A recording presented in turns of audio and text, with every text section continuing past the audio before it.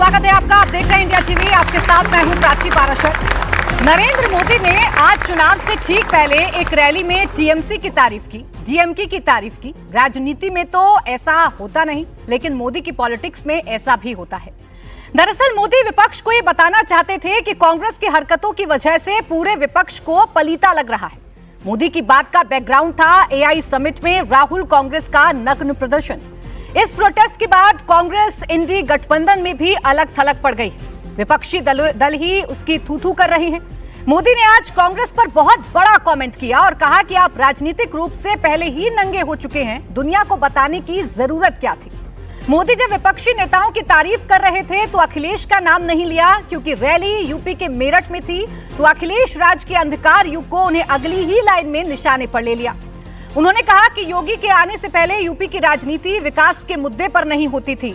हम चैलेंज करते रहे कि विकास पर चुनाव लड़ो, लेकिन बीएसपी, एसपी, कांग्रेस सांप्रदायिकता, जाति और अपराध की जहरीली राजनीति ही करते रहे। प्रधानमंत्री ने योगी की दिल खोलकर तारीफ की, कहा कि योगी के रहते यूपी की बेटियां अब किसी गुंडे माफिया से नहीं डरती।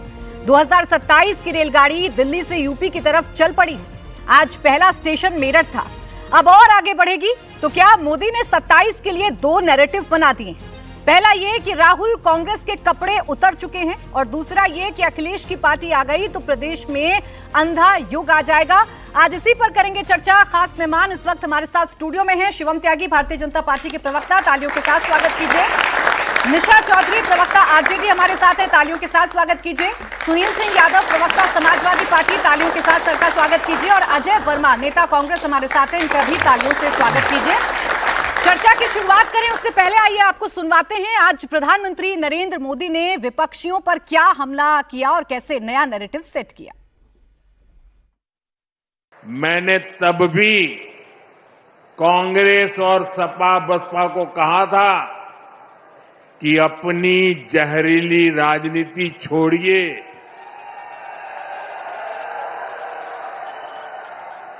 और आइए विकास के मुद्दे पर मुकाबला करके देखते हैं। साथियों, इन दलों ने तो अपनी जहरीली राजनीति नहीं बदली, लेकिन भाजपा ने विकास और अपनी नीति रीति, अपनी नियत में अगर एक बात को सर्वोपरि रखा तो वो है विकास। तो प्रधानमंत्री मेरठ में थे, उत्तर प्रदेश में अखिलेश यादव पर निशाना साध रहे थे, तो उनके निशाने पर कांग्रेस भी थी। आइए चर्चा की शुरुआत करते हैं, और शुरुआत मैं सुनील जी आप ही से करना चाह रही हूं। क्यों करते हैं इतनी जहरीली राजनीति? बार बार प्रधानमंत्री एक सलाह देते हैं कि आइए सकारात्मक तरीके से चर्चा करें, लेकिन आप लोग हैं कि जहरीली राजनीति से पीछे नहीं हटते। देखिए, माननीय प्रधानमंत्री जी के बारे में अब हम क्या ही बोलें। माननीय प्रधानमंत्री जी इकलौते देश के ऐसे नेता हैं जितने उन्होंने वादे किए आज तक कभी पूरे नहीं हुए। महंगाई के खिलाफ प्रधानमंत्री जी ने बात की। महंगाई कहाँ है आप समझ सकते हैं, आपके दर्शक समझ सकते हैं। महिला सुरक्षा पर प्रधानमंत्री जी ने बात की। महिलाएं कितनी सुरक्षित हैं अगर हम जिले गिना दें। किसान की आय पर प्रधानमंत्री जी ने बात की कि किसान की आय दोगुनी हो जाएगी। पहले 22 में हो रही थी, फिर 24 में हो रही थी, फिर 26 में हो रही है, अब 47 में होगी जाके। प्रधानमंत्री जी नोटबंदी पर क्या बोले थे? 50 दिन दे दो। प्रधानमंत्री जी किस बात को क्या बोलते हैं? गंगा मैया को लेके प्रधानमंत्री जी क्या बोले? गंगा मैया साफ हो गई। प्रधानमंत्री जी अगर आज तक कोई बात ऐसी बोले हों, हमें अच्छा लगा कि वो कह रहे हैं कि हम विकास पर बात करना चाहते हैं। उन्होंने कहा कि राजनीति में आपने कहा कि उन्होंने हमला किया है।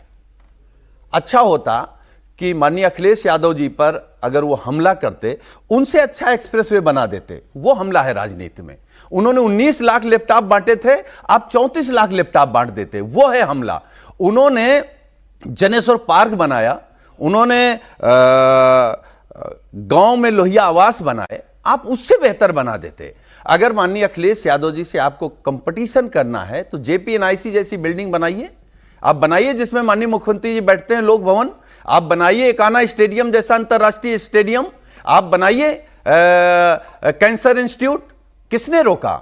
देखिए, हमला राजनीति में अगर काम का हमला काम से करते हैं तो स्वागत है। बातों से ये देश विश्व गुरु नहीं बनने जा रहा है। हम आप सब चाहते हैं कि हमारा देश विश्व गुरु हो जाए, लेकिन बातों से हो जाएगा क्या?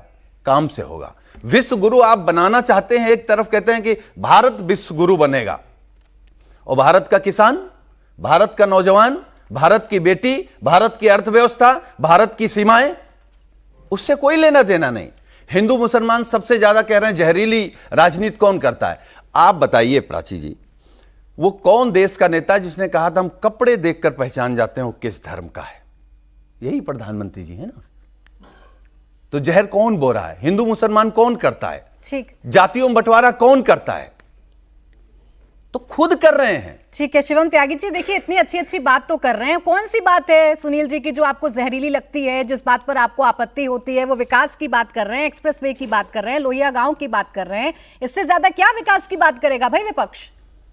देखिए, इस बात को अन्यथा ना लिया जाए। ये समाजवादी वालों को जब तक जनता अपने वोट से कूट कर विपक्ष में बिठाती रहती है तब तक ये अच्छी बातें करते हैं।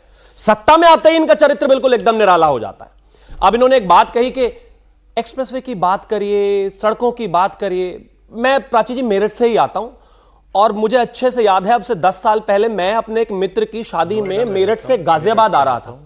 आप यकीन मानेंगे, रात को 8:30 बजे बारात में चलकर सुबह 4 बजे पहुंचे हम। वो तो भाभी थोड़ा सा अच्छी थी तो उन्होंने शादी एक्सेप्ट कर ली, वरना फेरों को तो समय निकल चुका था। 6-6 घंटे लगते थे, 6-6 घंटे। आज आदरणीय प्रधानमंत्री जी ने जो रैपिड रेल सराय काले खां से चलकर जो है निकलकर मेरठ तक पहुंचती है, और जो 86 किलोमीटर का पैच है जिसकी वजह से मेरठ आज ढंग से 55 मिनट भी नहीं लगते, या फिर इसके अलावा दिल्ली मेरठ एक्सप्रेसवे जो बनाया गया जो 92 किलोमीटर्स का है जिसकी वजह से हम एक घंटे में पहुंच जाते हैं। 1 घंटे से ज्यादा का समय तो सिर्फ मोदी नगर क्रॉस करते हुए लगता था। तो सबसे पहले तो आदरणीय प्रधानमंत्री जी को हाथ जोड़कर एक मेरठ वासी की तरफ से बहुत बहुत धन्यवाद कि हमारी जिंदगी थोड़ी तो आसान हुई। लेकिन अब दिक्कत यह है कि मैं मेरठ का होकर सिर्फ मेरठ की बात करूंगा तो ये तो ज्यादा लालची होना हो जाएगा। पूरे प्रदेश की बात कर लेते हैं। अगर प्रदेश की बात करें तो पूर्वांचल एक्सप्रेसवे किसने बनाया? हमने, 341 किलोमीटर का। अगर बुंदेलखंड एक्सप्रेसवे 296 किलोमीटर का बनाया तो किसने बनाया? हमने। अगर दिल्ली मेरठ एक्सप्रेसवे बनाया जिसकी मैंने अभी बात की, हमने। अगर इसके अलावा NH-19 को अपग्रेड किया, हमने। अगर NH-27 को जो पूर्व पश्चिम कॉरिडोर बनाया वो हमने। NH-30 लखनऊ रायबरेली का जो चौड़ीकरण किया वो हमने। और ऐसे तमाम प्रोजेक्ट्स हैं जिस पर हमने काम करके आज स्थिति यह है कि जब हम उत्तर प्रदेश में आए थे तो वहां पर नेशनल हाईवेज का जाल था 7022 किलोमीटर, जो कि आज मात्र 11 साल में 10,400 किलोमीटर, यानी कि 2500 किलोमीटर के नेशनल हाईवे सिर्फ हमने उत्तर प्रदेश में जोड़ दिए। अब ये कहते हैं हम विकास की बात नहीं करते। देखिए, एक बात तो साफ है।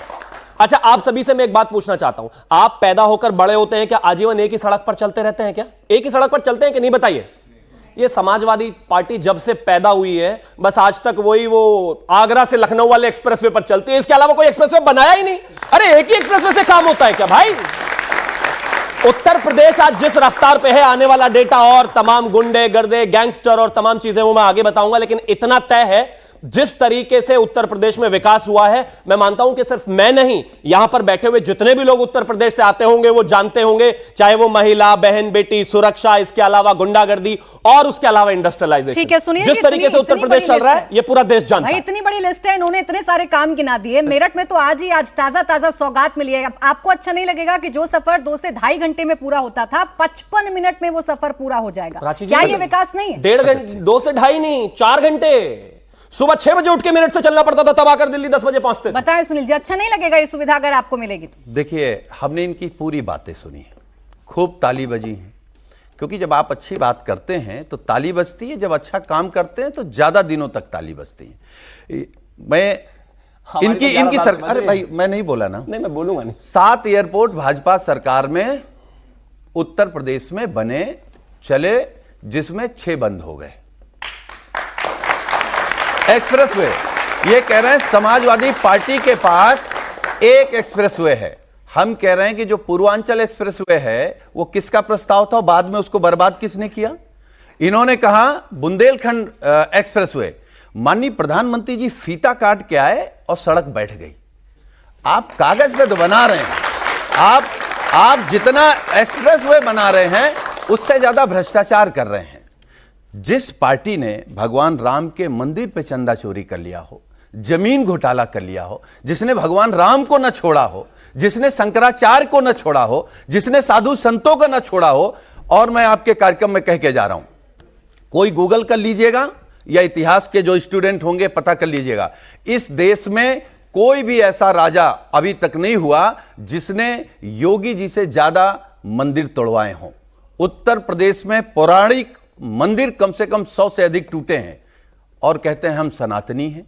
हम तो कह रहे हैं मैं फिर दोहरा रहा हूं, आपने रोजगार कितने दिए हैं, आपने किसान को क्या फायदा पहुंचाया ये आपके सारे गिले शिकवे ठीक हैं, जवाब देंगे। यहाँ दो प्रवक्ता हैं, हम तो ये कह रहे हैं ना कि आप, लेकिन मैंने आपसे बड़ा सीधा सवाल पूछा था। आज मेरठ को जो सौगात मिली है, 55 मिनट में वो सफर अगर पूरा हो जाएगा मेरठ से दिल्ली तक का, तो सुनील जी को अच्छा लग रहा है कि नहीं लग रहा? हमें खूब अच्छा बढ़िया काम किया कि नहीं किया सरकार ने? देखिए, मैं एक बात कह रहा हूं, जो सौगात मिली है अगर वो उत्तर प्रदेश को मिल गई तो अच्छा लगेगा। मिल गई अगर सुनिए तो मिल तो इस देश को बुलेट ट्रेन भी गई है, मिल तो स्मार्ट सिटी भी गई है, मिल तो स्मार्ट गांव भी गए हैं, होने को तो रुपया भी डॉलर के ऊपर चला गया है, महंगाई खत्म हो गई। देखिए, मैं एक अनुरोध आपसे करूंगा, मोदी जी और बीजेपी की किसी बात पे भरोसा किए तो इसका मतलब धोखा है। भाई आज तो चल रही है, आज तो ट्रेन चल रही है। आपने तस्वीर नहीं देखी तो मैं तस्वीर दिखा देती हूँ। क्या चीज? आज तो ट्रेन चलने लगी। अच्छा, बंदे वो अच्छी लगी कि नहीं लगी आप? नहीं, मैं ये कह रहा हूं, अगर सरकार कोई जनहित में काम करेगी तो हम उसका स्वागत करेंगे ना। कर रहे हैं ना भाई, एक काम तो कम से कम अच्छा किया। लेकिन वंदे भारत की तरह डिब्बा अलग, इंजन अलग, इस तरीके से ना हो। ठीक है निशा जी, ये कितने दिन चलेंगे? बहुत छोटा सा। देखिए, मैं एक बात कह रहा हूं, हालांकि ये बात मुझे नहीं कहनी चाहिए, हम सब अपने देश से प्यार करते हैं। चाइना के किसी चीज पर तो आप थोड़ा भरोसा कर सकते हैं, 2 दिन चलेगी, 4 दिन चलेगी, कैसे करते हैं। लेकिन बीजेपी की किसी बात पे भरोसा करना भगवान ही भरोसा। आज ट्रेन चलाइए, कल को उसके डिब्बे कहीं अलग ना हो जाए। देखिए इनकी गलती है नहीं। जो लोग सड़क पर चलते हैं, कारों में चलते हैं, बसों में चलते हैं, उनको पता है कहां कहां नई सड़क बनी है। अब ये बेचारे प्राइवेट जेट में घूमने वाले लोग हैं अखिलेश जी के साथ, इनको कहां सड़क दिखाई देगी? खैर, जब मैंने सड़क गिनानी शुरू करी तो भाई साहब एयरपोर्ट पर पहुंच गए। पर चिंता मत करिए, कितना भी एरोप्लेन की तरह उड़ लीजिए, छोड़ूंगा नहीं। चलिए एयरपोर्ट पर ही बात करते हैं। उत्तर प्रदेश में 2014 से पहले जो फंक्शनल एयरपोर्ट थे वो 6 थे, अब 16 है, यानी कि 10 वो हैं जो नए और रीडेवलप्ड किए गए। और मैं नाम पढ़ दे रहा हूं, ये Kushinagar international airport, Ayodhya, Hindon, Bareilly airport, Prayagraj, Kanpur, Azamgarh, Aligarh, Moradabad, Shravasti और चित्रकूट। ये या तो रीडेवलप किए गए या नए चलाए गए। अब इनको वो भी दिखाई नहीं देते। अब मेरठ की बात पर आते हैं। ये मेरठ का नाम सुनते ही बार बार इधर उधर क्यों भाग रहे हो? तारीफ कर दो भाई, आए तो ये भी उसी रास्ते से होंगे ना। मतलब जीवन में कोई भी अच्छा बदलाव हो, सुधार हो प्रदेश में, तो उसकी तारीफ नहीं करेंगे। एक चीज बहुत साफ है, जब तक समाजवादी थे उत्तर प्रदेश का इंफ्रास्ट्रक्चर का हाल इस देश में और प्रदेश में हमने देखा। हम यहीं रहते हैं भाई, कहीं लंदन से नहीं आए कि लंदन से सीधा आकर लैंड करके डिबेट कर लिए, नहीं, यहीं रहते थे, यहीं रहते हैं और यहीं रहेंगे। क्या स्थिति थी सबको पता है भाई। देखिए आज ही फोटो ट्वीट किया है अखिलेश यादव जी ने, कुशीनगर के एयरपोर्ट का ही वो जिक्र कर रहे हैं और सीधा सीधा लिख रहे हैं हवाई हो गए हवाई अड्डे, 5 साल में 7 एयरपोर्ट खुले और अब 6 पर उड़ानें बंद हो गई। हमने 16 खोले। मैं तो कहता हूं जाहिर है कि कहीं ना कहीं अगर ऑपरेशनल या फंक्शनल दिक्कत है उसको भी दूर कर लिया जाएगा। दिक्कत है, नहीं सच बोल रहे हैं ना। देखिए मैं एक चीज बहुत प्रैक्टिकल है, अगर सड़क होगी और बनेगी तो जाहिर है उसमें गड्ढा भी होगा, ठीक भी होगा। लेकिन एक आदमी जो बना ही नहीं रहा, वो आज कह रहा है कि ये नहीं बने, इसमें गड्ढे हो गए, इसकी छत टूट गई। अरे बनाया ही नहीं आपने, इसीलिए नहीं बनाए थे क्या? 2 और मेहमानों को लिया, फिर उसके बाद में आपके पास तुरंत काउंटर कर 2 मिनट उसके बाद सुनील जी विस्तार से काउंटर कर लीजिएगा। अजय जी भी खड़े हैं और हमारे साथी हैं, ले लेंगे उनसे समय। नाराज हो जाते हैं अक्सर। ले लेंगे, अपना हम दे भी देंगे। देख लीजिएगा अजय जी, नाराज ना हो। इन्होंने हवाई जहाज की बात की। माननीय प्रधानमंत्री जी ने एक वादा किया था, इस देश में हवाई चप्पल पहनने वाला आदमी हवाई जहाज में चलेगा। अब एयरपोर्ट से भाग गए, हवाई चप्पल पर आ गए। सुन लीजिए, कोई एक चला बेटा पे बार-बार इधर भाग जाते हैं। देखिए बीच में आप इसलिए बोलते हो क्योंकि आप समझ रहे हो कि जब मैं पूछूंगा उसका जवाब आपके पास नहीं है। अच्छा ठीक है, मैं दूसरी सारे जवाब मिले कि नहीं मिले? अच्छा अब मैं बता, बार-बार मुद्दा पलट दे रहे हैं कि नहीं पलट दे रहे? तो इनके एयरपोर्ट प्राची जी कैसे हैं, उत्तर प्रदेश में बहुत मेडिकल कॉलेज खुल गए, और जानते हैं कैसे खुल ले गए? लीजिए, अब जो एयरपोर्ट से जिला मेडिकल कॉलेज पर पहुंच गए। जो जिला अस्पताल थे उनको कागज पे मेडिकल कॉलेज घोषित कर दिया गया और कहा हमने मेडिकल कॉलेज खोल दिए। उसी तरीके से एयरपोर्ट है इनकी। मैं फिर कह रहा हूं, भाजपा की बातों में फंसने का मतलब है बर्बादी, बर्बादी, बर्बादी। ठीक है, अब ये बर्बादी के साथ आप क्यों चल दी निशा जी? अच्छे खासे इनके साथ थे 2022 तक, तो अब जहां बर्बादी है वहां आप क्या कर रहे हैं? प्राची जी, सबसे पहले तो आपके इस चैनल के माध्यम से खासकर पश्चिमी उत्तर प्रदेश के सभी नागरिकों से बहुत बहुत बधाई और शुभकामनाएं देना चाहूंगी कि आज उनकी बहुत बड़ी समस्या का समाधान हो गया। आज जो वो 4-4 घंटे में, 3-3 घंटे में वहाँ से दिल्ली पहुँचते थे, उनकी कनेक्टिविटी इतनी ज़्यादा खराब थी, अब वो 50-55 मिनट में दिल्ली पहुँच जाएंगे। अब इसके क्या फ़ायदे? आपने कहा कि खराबी। जहाँ तक बात थी शरदे चौधरी चरण सिंह जी के, अगर हम दौर से निकले और जयंत चौधरी जब तक आए तो हमेशा हम किसान, गरीब, मजदूर, महिला इन्हीं मुद्दों पर लड़ते रहे हैं और इन्हीं पे लड़ेंगे। और आज उनके समाधान की अगर हम बात करें तो आज गठबंधन में रहते हुए ऐसा नहीं कि सिर्फ गठबंधन करके हम अपने मुद्दों से भटक गए, अपने मुद्दे चुप हो गए। आप देखिए कि जयंत चौधरी जी लगातार अपने मुद्दों से अड़े भी रहते हैं और उसका संवाद करके उनका समाधान इस एनडीए सरकार में इतने अच्छे से होता है। इनकी तरह नहीं कि विपक्ष के 2 उस टाइम भाग गए, तीसरे फिर भाग गए, चौथे फिर भाग गए। ये गठबंधन वो गठबंधन है जो एक दूसरे की सबसे ज्यादा आदर और सम्मान करता है। इसीलिए संवाद के बाद चाहे वो गन्ने का मूल्य हो, किसानों की और समस्याओं का समाधान हो, आज जो सौगात मेरठ को मिली है, पश्चिमी उत्तर प्रदेश को मिली है, उससे कितना उसके जनजीवन में फर्क पड़ेगा, इसका एक साधारण नागरिक से आप जाकर के अगर पूछेंगे, साधारण इंसान से पूछेंगे तो बताएंगे। मैं एक महिला होने के नाते सबसे पहले महिलाओं की समस्या की बात करती हूँ। जो महिलाएं मान लीजिए मेरठ से आकर के नोएडा में नौकरी करना चाहती थी, लेकिन वो अभी तक नहीं कर सकती थी, क्योंकि अगर वहां से आने जाने की व्यवस्था ही 4 से 3 घंटे, 2 घंटे, 2.5 घंटे की है, तो वो कैसे नौकरी करके अपने बच्चों के पास समय से घर पहुंचती? उसके साथ साथ उनकी सुरक्षा का मुद्दा जुड़ जाता था। लेकिन आज वो सुरक्षित भी रहेंगी, समय से भी पहुंचेंगी और अपना आर्थिक लेवल ऊपर करके अपने परिवार में आमदनी भी बढ़ा लेंगी। सेम युवाओं के साथ और विद्यार्थियों के साथ है। आप सोचिए, युवा के पास आज कोई आमदनी का साधन नहीं होता, वो पढ़ने के लिए चाहे दिल्ली आना चाहता है, चाहे वो नोएडा आना चाहता है। आज मुझे लगता है कि युवा अपने काम में जितना अधिक उसको सहयोग इस मेट्रो के आने से मिला है, आज की सौगात से मिला है, आज की इस रेल से मिला है, आप समझिए कि उनके डे बाय डे के जीवन में कितना फायदा होगा। और इसके साथ साथ जो किसान, जिसकी हम हमेशा बात करते हैं, जो छोटे किसान हैं, जो दिल्ली तक अपना सामान आज तक लाने में बहुत ज्यादा असमर्थ थे, क्योंकि पहले तो ट्रैवलिंग टाइम, दूसरा कोई चीज का व्यापार करने के लिए आपको समय के साथ साथ एक अपना पैसे का भी जुगाड़ करना होता है। तो आज 4-5 इकट्ठे होकर के छोटे छोटे किसान अपने छोटे छोटे काम, चाहे वो दूध का हो, चाहे फल सब्जी का हो, खासकर आप देखिए पश्चिमी उत्तर प्रदेश में प्राची जी सबसे ज्यादा यही चीजें व्यापार के तौर पर किसान करता है। तो आज उस किसान को कितना फायदा हो रहा है? आपने शुरुआत में जिस एकता की बात कही, अब अजय जी इस पर मुझे आपके पास आना जरूरी हो गया। ऐसा काम क्यों करते हैं कि अपना ही साथ छोड़ दें? ऐसा विरोध क्या करना कि अपने ही थू थू करने लगे? नहीं, उनका टाइम तो समाजवादी वालों ने चुरा लिया था, उनको क्यों दिया? प्राची जी मेरा आपको नमस्कार, सबको नमस्कार। मैं पूछना चाहता हूं कि देश के प्रधानमंत्री हैं भाई, विश्वगुरु हैं, अपने 37.45 यानी 37 मिनट 45 सेकंड और 59 नैनो सेकंड के इस भाषण में विकास के ऊपर, सुरक्षा के ऊपर, अपोजिशन के ऊपर चर्चा करी उन्होंने, लेकिन 27 बार कांग्रेस कांग्रेस कांग्रेस, 10 कम कर दिया, 37 बार रहना चाहिए था 37 मिनट में। मैं पूछना चाहता हूं कि आपने कहा कि महिलाएं बहुत सुरक्षित हैं।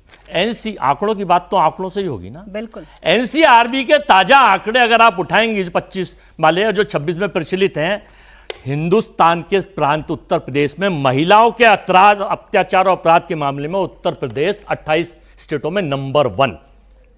66,381 मुकदमे दर्ज हुए।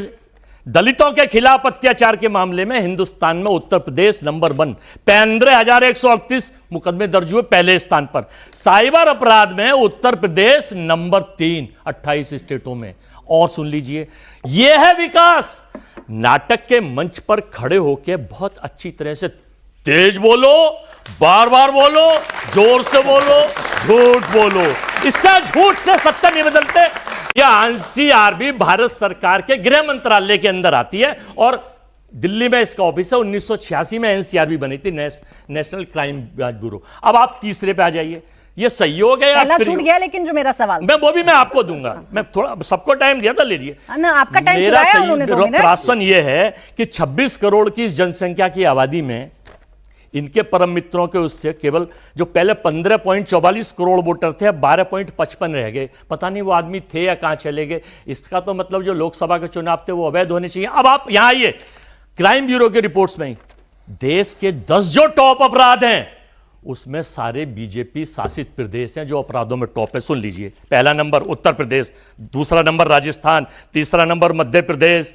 मोदी है तो मुमकिन है। चौथा नंबर बिहार, दिल्ली छठा नंबर, फिर आता बिहार, फिर आता 2 बार हरियाणा, बिहार आसाम।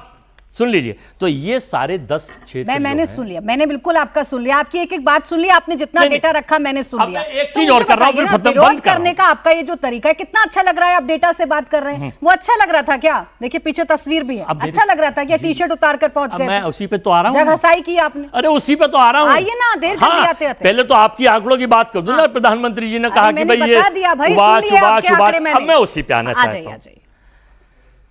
एआई समिट का ना तो कांग्रेस के किसी कार्यकर्ता ने, ना यूथ कांग्रेस ने कोई विरोध नहीं करा। ना ये बम कौन था थे? उन पे, ना लाठी थी, ना हथियार थे, ना कौन गॉडसे थे? की तरह अरे कट्टा तो था। बम से विरोध करेंगे? जी नहीं, यही तरीका है ना। अरे यही तो बम चाह से रहे हैं। विरोध करेंगे? विरोध पता है उन्होंने किस चीज का करा था? वो चाइनीज कुत्ता, जिस चाइनीज को ये चिखाते रहते थे, वो वहां घूम रहा था यूं करके। अरे भाई आपके विरोध से दिक्कत नहीं है। अजय जी सुन लीजिए, पहले सुन लीजिए। मैं कहूंगी तो आपको अच्छा नहीं लगेगा, सुनील जी से कहलवाऊंगी, वो भी वही बात कहेंगे जो पूरा का पूरा विपक्ष कह रहा है। पूरा का पूरा विपक्ष कह रहा है। अखिलेश यादव ने बड़ा खरा खरा कहा है भाई आप लोगों को, ये तरीका ठीक नहीं था, ये तरीका ठीक नहीं था। मैं आपसे कह रही हूँ, अरे सुन तो लीजिए, गलगोटिया आपका विरोध करना ठीक यूनिवर्सिटी है, पर एक आपका विरोध छात्रा का करना वीडियो ठीक है। वायरल हो रहा है। अजय जी, उसने कहा है अजय कि जी, हमको अजय जी आप कांग्रेस सुन के रहे हैं मैं खिलाफ आपसे क्या बोलिए, कह रही हूँ? आपको नंबर मैं क्या आपसे देंगे? क्या कह रही हूँ? आप विरोध आयशा नाम है करिए, उसका। आप सरकार के खिलाफ रोज प्रदर्शन लीजिए। करिए, ये लेकिन जो कम से छात्र कम बैठे मंच हैं तो किसी सही से यूनिवर्सिटी चुनिए।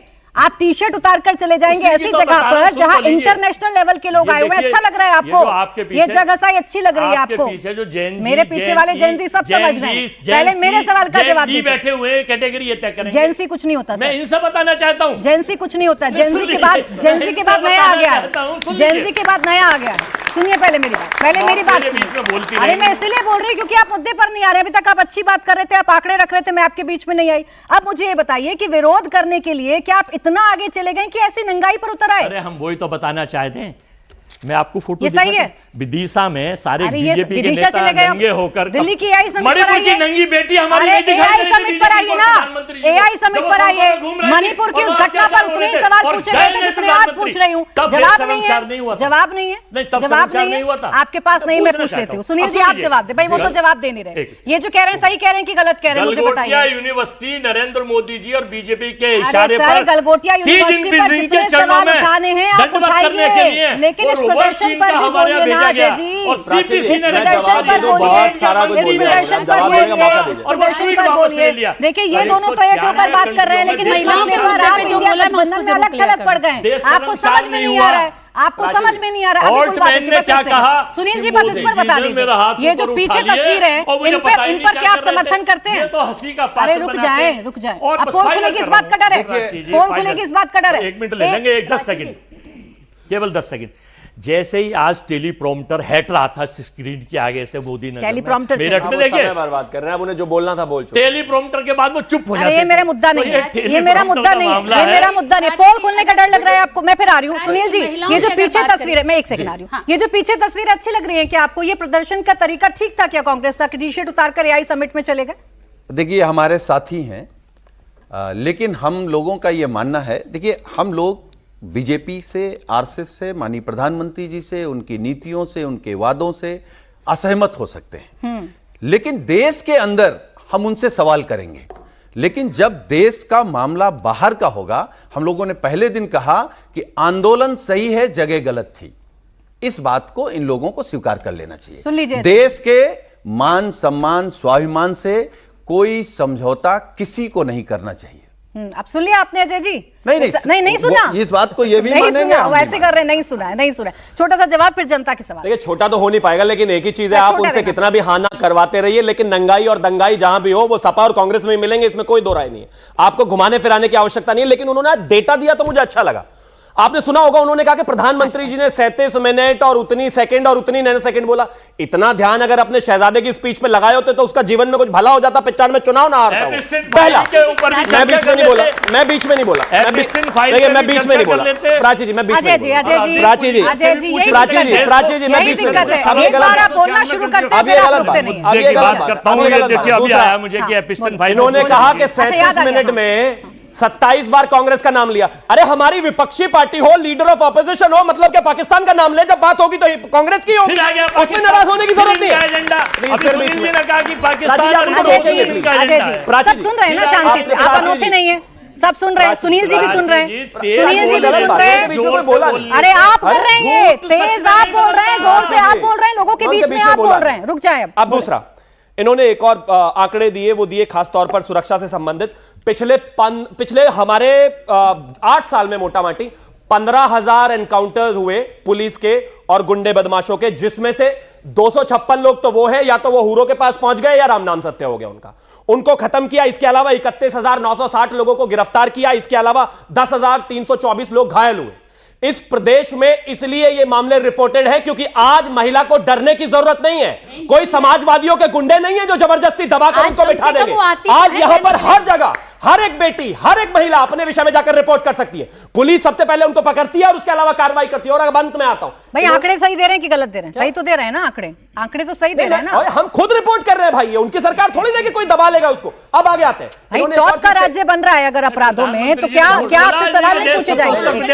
अरे आप ही का सवाल पूछ रही हूँ अजय जी, आप ही का सवाल है। आज महिलाएं कम से कम भाई उन्होंने टॉप 10 स्टेट गिनाए जो बीजेपी शासित राज्य हैं, वहीं अपराध क्यों बढ़ रहे हैं भाई? क्योंकि प्रॉब्लम है ना प्राची जी, थोड़े दिनों बाद हो सकता है कि फिर से जो है इस देश में वो चीतों की संख्या बढ़ जाए। इनके तो स्टेट्स में सरकारें ही नहीं रह गई हैं, 21 राज्यों में तो भाजपा ही है, तो जाहिर है भाजपा से ही कंपैरिजन होगा।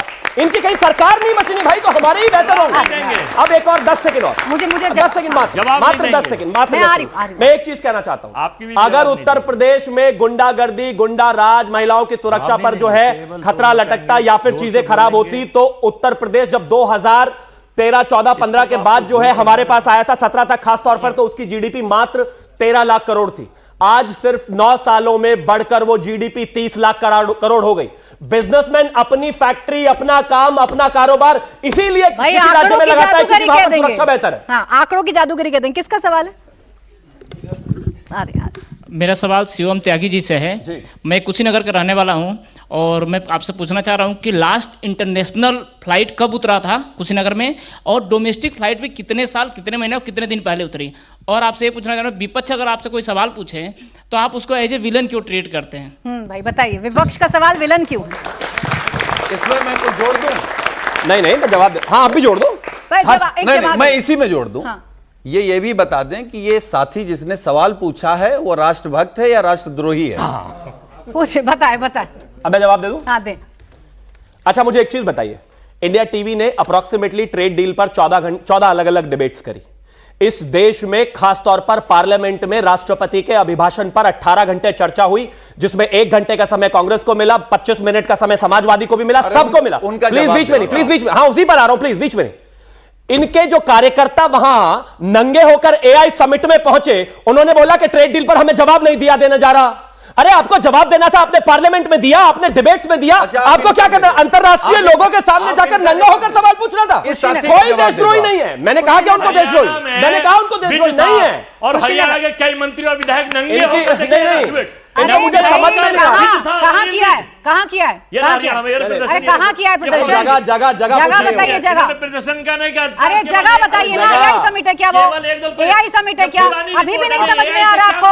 अभी भी समझ में नहीं आ रहा आपको? इंटरनेशनल फोरम पर करेंगे तो आप गलत है, सुनील जी ने बता दिया आपको, समझ में नहीं आता आपको। बोले मतलब सवाल भी इनको ही पूछना है, जवाब भी इनको देना। रुक तो जाओ, जवाब की बेचैनी मत रखो। अब एक चीज बताओ, कुशीनगर पे सवाल मैं कहता हूं इंडिया टीवी से किसी को परेशानी है या फिर वो उसको पसंद नहीं करते, वो वहां पर बाहर खड़े होकर जो है उसके लिए विरोध प्रदर्शन कर रहे हैं, सवाल पूछे, कोई परेशानी नहीं। अगर यहां पर आकर इंटरनेशनल डेलीगेट्स आ रहे हैं, उनके सामने नंगे होकर सवाल पूछेंगे तो ये अंतरराष्ट्रीय छवि का सवाल है। कुशीनगर की जहां तक बात है, मैं एक चीज कहना चाहता हूं कि हां फंक्शनली कहीं ना कहीं दिक्कतें होंगी, लेकिन मेरा एक सवाल और भी है। हाँ। इस देश में और उत्तर प्रदेश में 70 साल में 6 एयरपोर्ट थे कि नहीं थे? अयोध्या एयरपोर्ट बना कि नहीं बना? जेवर एयरपोर्ट बना कि नहीं बना? अच्छा, बहुत सीधी बात है। सवाल बोलें। क्वेश्चन सुनील जी से है। सुनील जी, समाजवादी पार्टी में यदि कभी सत्ता में आती है तो अखिलेश जी सीएम बनेंगे। यदि फ्यूचर में उनकी आने वाली जनरेशन है, सपा जब तक है वो ही सीएम बनेगी, जहां तक मुझे, क्या आपको भी कभी चांस दे सकती है सपा कि आप सीएम बनो? देखिए, मैं एक बात कह रहा हूं। देखिए, लोकतंत्र में सवाल पूछना अच्छी बात है। पूछ लीजिएगा। सीएम वो इसलिए बनेंगे कि हमको वोट उन्हीं के चेहरे पे मिल रहा, उन्हीं के काम पे मिल रहा, उन्हीं के नाम पे मिल रहा है। तो मुझे लगता है कि ये जो भाजपा प्रचार करती है, कोई और नेता इतना काबिल नहीं है। नहीं, मैं कह रहा हूं सुनील जी, आप काबिल नहीं है। हम ये कह रहे हैं, अगर हमने नेता उनको माना है, अरे भाई, नहीं, हमें अपना जवाब देने दीजिए।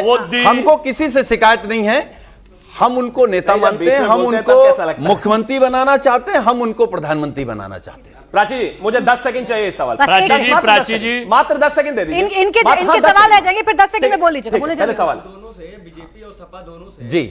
हमारे गोंडा में एक पुल बना हुआ है, आप लोग बोले express way, Agra express way बना, आपने बोला पूर्वांचल एक्सप्रेस वे बना, अभी तक वो पुल नहीं बन पाया है। हर 1-2 महीने में वो टूटता है, पब्लिक रोग मतलब प्रॉब्लम होता है मरीजों को, जो मेडिकल कॉलेज है लखनऊ में ले जाने में, और प्रॉब्लम होता है, मतलब रोक दिया जाता है, बस रोक दी जाती है, कार रोक दी जाती है हर 2 महीने में। क्या आप दोनों की गवर्नमेंट थी यूपी में, आप जानते हैं, आपकी भी थी 5 साल और आपकी 8 साल पूरी भी हो चुकी है बीजेपी की गवर्नमेंट, क्या वो पुल बन सकता है जल्दी से जल्दी? एक और सवाल ऐड कर लें, उसके बाद बोले। मेरा सवाल त्यागी जी से है कि आप अभी डेवलपमेंट की बात कर रहे हैं, विकास की बात कर रहे हैं, रोड बनाए हैं, एयरक्राफ्ट बनाए हैं और इस तरह की चीज़ें बनाई, क्या इसी को डेवलपमेंट कहते हैं? और भी बहुत सारी चीज़ें आपने यूपी में जो स्कूल्स की पोजीशन है वो क्या है? जो बच्चे जो आज नौकरी लग रहे हैं उनकी कॉन्ट्रेक्चुअल बेसिस पे नौकरी लग रही है, फिर गवर्नमेंट में और प्राइवेट में क्या फ़र्क रहा? ठीक है, 2 सवाल हो गए, एक पीछे दे दीजिएगा, एक साथ दे दीजिएगा जवाब, सब आपसे ही। मेरा सवाल बीजेपी टीम से है। यहाँ पे वो अनएजुकेटेड, मतलब जो है महंगाई है, अनएम्प्लॉयमेंट है, और उसके बाद अभी जो गवर्नमेंट स्कूल है वो बंद कर दिए गए, और अभी आपने जीडीपी का भी बोला था, तो जीडीपी जब अनएजुकेटेड होंगे पीपल तो जीडीपी कैसे बढ़ेगी? ठीक है, तीनों सवालों का जवाब दीजिए शिवम जी। एक सेकंड, अभी रुक जाइए। गोंडा, विकास का पैमाना और जीडीपी। पहला, गोंडा के पुल के जहां तक विषय है, जाहिर है इसमें कहीं कोई दो राय नहीं। अगर कोई ऐसी स्थिति है, वो मेरी जानकारी में निजी नहीं है खास तौर पर, लेकिन हां अगर ऐसा कुछ है उस पर आज ही से काम करना शुरू करेंगे और हम बनाकर देंगे। अब आगे आते हैं विकास के पैमाने पर। इतना लेट क्यों हुआ? आपकी जैसे गवर्नमेंट ही 8 साल हो गया, आपकी भी थी, हर 1-2 महीने पे वो टूट जाता है, उसका रिपेयरिंग होता है। बिल्कुल गलत है। 40-60 से ऊपर हो चुका, बिल्कुल गलत। क्या वो जल्दी से जल्दी? 40 में तो कांग्रेस तक पहुंच गए, लेकिन ठीक होगा, हम करके देंगे। अच्छा बोले जल्दी। आपका हुआ नहीं हुआ, हम करके देंगे, ये गारंटी है। अब ठीक, अब आगे आता हूं। इन्होंने कहा कि विकास का पैमाना क्या सिर्फ ट्रेन या फिर इसके अलावा सड़क है? नहीं, बिल्कुल नहीं। विकास का पैमाना 18,727 स्कूल 18,727। मोदी जी का आंकड़ा है, यही वोट देकर बनाते हैं, आपको सत्ता में लेकर आते हैं, आप ना बताएं उन्हें, बोले जल्दी। इनकी इन्हीं हरकतों की वजह से तो कांग्रेस 25-30 साल से सरकार में नहीं आई है। रुक जाइए, मैं अपने समय पर बोल लूं। अब इसके आगे आते हैं। बिल्कुल नहीं है। मैं सड़कों की भी बात कर रहा हूं, मैं एयरपोर्ट्स की भी बात कर रहा हूं, मैं जीडीपी की भी बात कर रहा हूं, मैं हर एक चीज की बात कर रहा हूं। लेकिन विकास में अगर कोई सबसे बड़ा रोड़ा होता है तो वो कनेक्टिविटी है, और अगर वो नहीं थी और मैं 5 घंटे में चलकर आ रहा था तो यह बात बड़ी है। और अगर जीडीपी का हाल इतना खराब था, गुंडागर्दी इतनी ज्यादा थी, बच्चे सड़क पर जा नहीं सकते थे, तो यह विषय है। लेकिन कलेक्टिवली हर जगह पर काम हुआ है, यह एक बहुत इंपॉर्टेंट विषय। और अब अंत में इनके सवाल पर जो आपने नहीं बोलने दिया था, आपने कहा कि मैंने बहुत बोलने दिया है। सुनील साजन जी से आपने एक सवाल दे दिया, आधे में रामलाल और बाकी में शर्मा। अरे भाई, जनता सवाल पूछेगी तो जवाब यही देंगे ना। सुनील साजन जी से आपने पूछा कि भाई अखिलेश जी के अलावा कोई मुख्यमंत्री क्यों नहीं बन सकता? नहीं नहीं, वो तो सिर्फ वही बन सकते हैं। हाँ, भगवान श्री कृष्ण के उससे सीधा वही उतर के आए, उसके अलावा तो कोई काम करता ही नहीं। खुद सुनील साजन जी, अरे खुद सुनील साजन जी का सुनिए, मोदी जी के अलावा क्या बेचैनी है? अच्छा चले, समय खत्म हो गया है, समय खत्म हो गया। मेरे पास इतना ही समय था। बहुत बहुत शुक्रिया आप सभी का हमारे साथ आज की चर्चा में जुड़ने के लिए।